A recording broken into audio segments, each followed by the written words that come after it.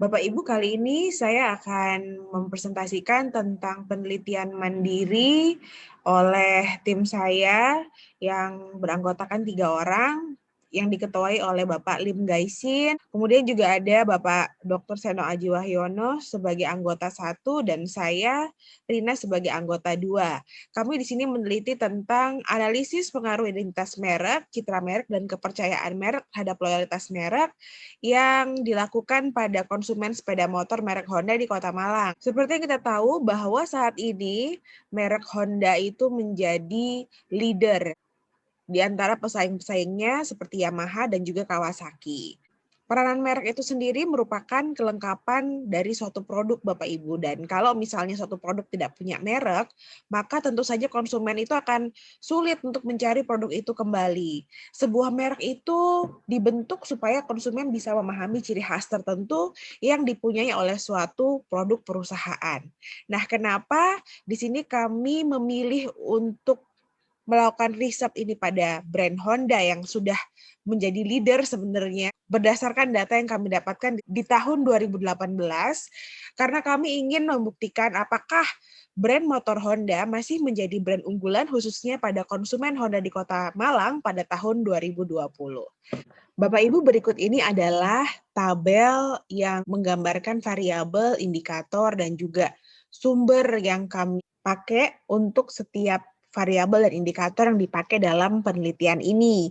Nanti penelitian ini itu menggunakan sampel sebanyak 100 responden dengan menggunakan rumus Slovin dari keseluruhan jumlah konsumen motor Honda di Kota Malang dengan pengukuran skala Likert sebanyak 6 skala, dan juga nanti dari penghimpunan data akan kami uji instrumen, yaitu uji validitas, reliabilitas, analisis deskriptif, dan juga analisis regresi berganda untuk melihat hubungannya atau pengaruh antara identitas merek, citra merek, customer trust terhadap loyalitas pelanggan. Nah, dari pengolahan data yang kami himpun, Bapak Ibu, kami mendapatkan beberapa hal. Yang pertama, pertanyaan dalam kuesioner itu dinyatakan valid dan juga seluruh variabel dinyatakan reliable karena alpha crown batch-nya di atas 0,6.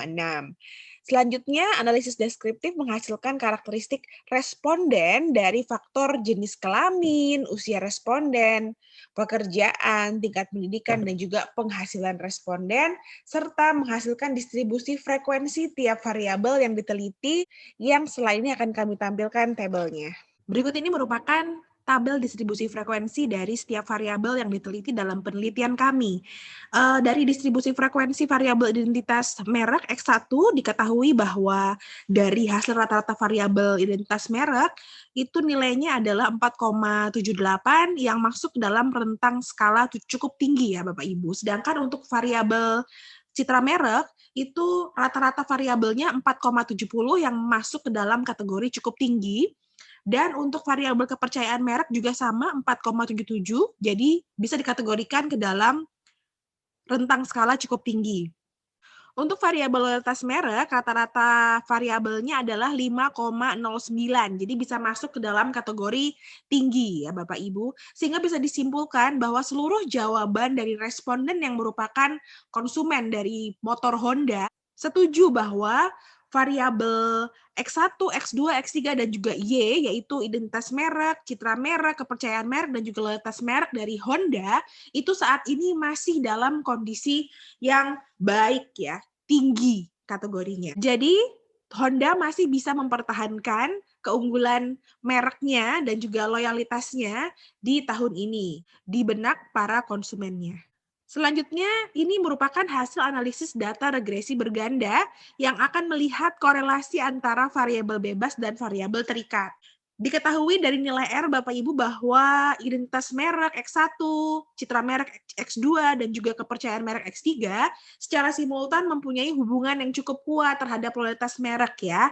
Dan juga ini membuktikan H4 ya, karena dilihat dari F hitungnya tuh lebih besar daripada F table. Sehingga diketahui bahwa X1, X2, dan X3 secara simultan berpengaruh signifikan terhadap loyalitas merek. Karena itu Honda perlu lebih memperbaiki lagi, meningkatkan lagi identitas merek, citra merek, dan juga kepercayaan merek di benak konsumennya yang sudah baik sebenarnya, supaya lebih meningkat lagi loyalitas merek di benak konsumennya. Dan juga bisa menjaring konsumen-konsumen baru yang belum menggunakan produk Honda tentu saja. Kemudian dari koefisien determinasinya R2 diketahui bahwa ternyata 54,2% loyalitas merek Honda di Kota Malang itu bisa dijelaskan dengan baik oleh variabel X1, X2, dan juga X3 Bapak Ibu. Dan sisanya sebesar 45,8% itu disebabkan oleh variabel lain yang belum diamati.